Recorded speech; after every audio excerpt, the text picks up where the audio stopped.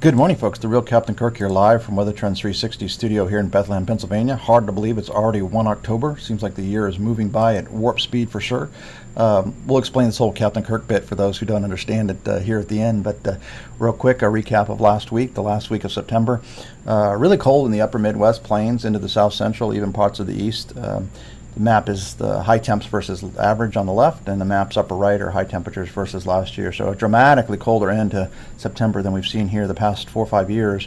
In fact, for the U.S. overall, our chart here shows us the coolest in 12 years for this last week of September, and lows were the coolest in 5 years. So a cool trend, except for obviously the southeast and the west, where it's been pretty warm. But U.S. overall, coolest in 11 years. We actually did have our first frost and freezes. That's not terribly out of the norm here in the upper Midwest plains. About on schedule actually for this area. Maybe from Minneapolis south, that's frost and freezes about 2 weeks early. So again, sign of things to come. Other sign of things to come is snow. I wouldn't get too excited about this, but snow cover here this morning is at 2% of the U.S. covered in snow up here in Montana and Dakotas, parts of Wyoming. Typically this time of year, maybe about 0.5% of the U.S. will be covered in snow. So again, bottom line is still the most since 2009. And again, we think this will be a sign of things to come. Looking at September as a recap here, across Canada was pretty frigid. Coldest in 26 years across Canada, snowiest in 14 years, wettest in 3 years. So really cold in the central part of Canada. U.S. overall was the 8th warmest of the past 30 years, #1 wettest in 30 years. Again, warm east, warm southwest, pockets of cool in the central. Rainfall was literally off the charts from Texas to the northeast. Again, tropical activity, obviously here in North Carolina. So this made it the wettest September in over 30 years, and probably one of the wettest on record. Saw a lot of farmers here out this weekend frantically harvesting their crops. God bless you folks, and be safe while you're out there during the harvest season here. Rainfall here to date, this is year to date. Again, we see the conveyor belt of moisture from Arkansas to the northeast.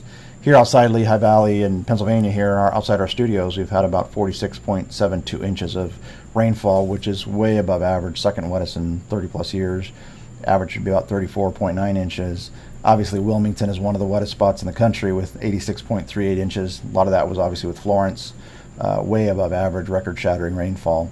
Missouri's been a dry spot. Kansas City, actually 25.26 inches, so 7th driest the past 30. And Los Angeles, don't get a ton of rain this time of year, but year to date, they're trending 3.68 inches, so quite a bit above average. #4 dry there. And Ogden, Utah, and the Central Rockies is pretty dry as well. So again, 2nd driest in 30 years. So we're going to get some relief out here with some of the tropical activity, talk about here next, but very dry in the western half of the country.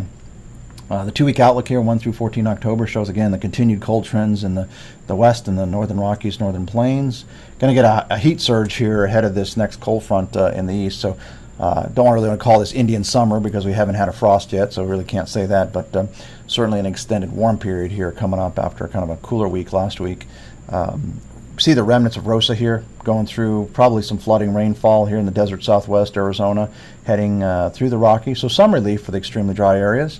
Next week, again, coolest in 6 years next week, wettest in 30 years. Again, quite a bit of colder weather heading back in. This is early in the week. Cold front will go through, and then the east will even cool off quite a bit here. So warm ahead of the front, but then getting cool. We may actually even get the remnants of Sergio as it heads into the North Pacific. May get some of that rain in California. This is kind of unusual to see this much rain potential in early October. So sign of some good news here. They definitely could use some rain. Also need to watch the East Coast for tropical activity. That we do not believe the tropics are over. In fact, we think they're going to get pretty active here again within a week or two, mid-October time frame. So still worried about the East Coast for tropical activity. Snowfall here forecast for the next 2 weeks. Again, pretty much in these northern Rocky Mountain areas, high elevations. This is probably a little done in week 2, overdone in week 2. But again, the general theme is we're going to lay down some snowpack here in the Rockies. Sign of things to come here for this winter. Some of that's going to be shifting east as we head into the winter months. One of the many indexes we like to track for predicting year-ahead weather is the sun activity, and this is a thermosphere climate index, which is nearing a record low, coldest in 100 to 300 plus years. So we're in a deep solar minimum. You can see the downward trend in the solar activity over the past 60, 80 years. In fact, quite honestly, if we go back 100 to 300 years, this is in that realm. So again, a very weak inactive sun, and that typically can lead to some pretty cold weather here across the northern hemisphere. So we're be watching that here this winter. Again, we do think it's the coldest, snowiest in 5 years. So check out some of our YouTube videos here. Now, a lot of folks will ask, Captain Kirk, why do you say the real Captain Kirk? I said, well, because I'm not this imposter that's on TV.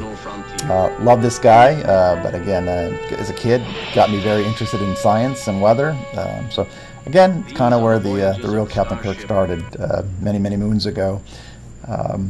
We actually do have his chair. If you remember this set from the 60s, we actually have the chair sitting in our studio behind our green screen. So if you want to pay us a visit, we'll happily let you take a seat in the real Captain Kirk's chair.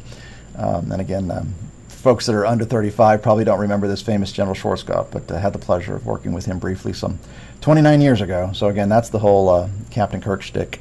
Folks, please follow us on social media. Again, got a lot of fans out there that like what we do. If you like it, please like and share. So with that, folks, have a great week. We will be back here this time next week.